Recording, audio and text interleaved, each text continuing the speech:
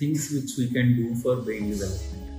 Normally 2 साल के बाद बच्चे के ब्रेन का साइज बढ़ना बंद हो जाता है। उसके बाद में ब्रेन की मैचुरेशन शुरू हो जाती है। मैचुरेशन मतलब बच्चे की ब्रेन के जो सेल्स हैं उसकी माइलिनेशन होगी और जो साइनेप्सिस हैं, जो एक न्यूरॉन का जो सेल्स हैं दिमाग के दूसरे न्यूरॉन से जो कॉम्बिनेशन है, कम्युनिकेशन है, वो बनना शुरू हो जाता है, नेटवर्किंग होनी शुरू हो जाती है। तो उसके लिए हम क्या कर सकते हैं कि बच्चे की ब्रेन डेवलपमेंट अच्छी हो आफ्टर 2 इयर्स। हमें 4 चीज़ों पे ध्यान देना है। हमें बच्चे की डाइट पे ध्यान देना है। डाइट में हमें रिफाइंड चीज़ें पूरी तरह से हटा देनी है। रिफाइंड चीज़ें जैसे कि मैदा, जैसे कि शुगर, जैसे कि सॉल्ट, जो कोई भी रिफाइंड चीज़ है, कोल्ड ड्रिंक्स इसमें बहुत रिफाइंड शुगर्स डाले होते हैं, उस चीज़ को हमने पूरी तरह से ओमिट कर देना है। जो भी केमिकल से भरी हुई चीज़ें हैं, जो कि सिंथेटिक चीज़ें आती हैं, जो प्रिजर्वेटिव से भरी हुई चीज़ें हैं, उन चीज़ों को पूरी तरह से अवॉइड करते हैं। फिर हमने खाना क्या है, हमें एक कंप्लीट डाइट लेनी है जिसमें पल्सेस, बीन्स, प्रोटीन के सारे सोर्सेज हों, ग्रैम्स हों, सीरियल्स हों, वेजिटेबल्स हों, फ्रूट्स हों और कुछ ना कुछ कोई ऑयल या डेयरी प्रोडक्ट भी साथ में है। तो हम पूरी एक डाइट, हेल्दी डाइट लेते हैं। जो चीज़ें नहीं लेनी वो नहीं लेते। दूसरी चीज़ जो आती है इसके बाद, वो आती है स्लीप।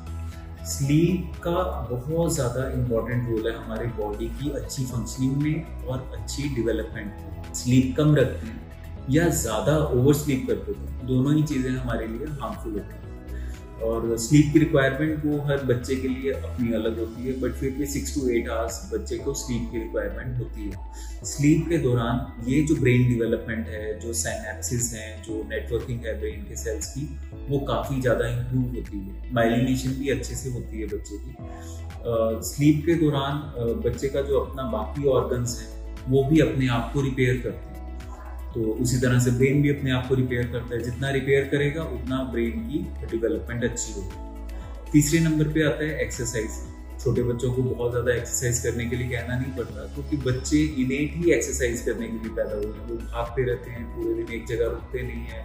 उनका सांस बहुत अच्छा सा है। बच्चा रोता भी है तो उसकी ऑक्सीजनेशन लंग्स की बहुत ज़्यादा अच्छी हो जाती है, बॉडी की ऑक्सीजनेशन अच्छी हो जाती है।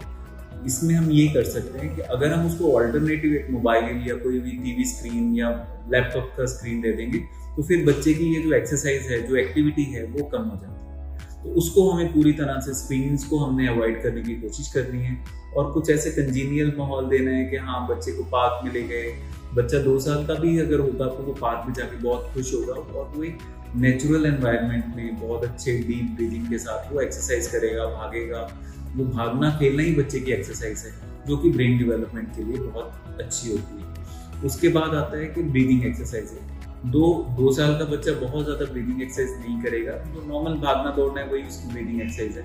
लेकिन जो बच्चा 4 साल का होता है, 5 साल का होता है, 6 साल का होता है, तो जस्ट एक गाइडेड ब्रीदिंग, अच्छा सांस अंदर लीजिए, सांस बाहर छोड़िए, एक ऐसा खेल खेल में बच्चे से आप ब्रीदिंग एक्सरसाइज करवा सकते हैं। जो बच्चा थोड़ा बड़ा हो जाता है, 6-8 साल का हो जाता है, जो थोड़ा थोड़ा समझने लगता है, उससे अगर आप सिर्फ 5 मिनट, 3 मिनट ब्रीदिंग एक्सरसाइज करवा लें, इट कैन बी एनी प्राणायाम, अनुलोम विलोम, कोई भी प्राणायाम जो बच्चा आराम से करता है, तो वो बहुत अच्छे से उसकी ब्रेन डेवलपमेंट में हेल्प करेगा।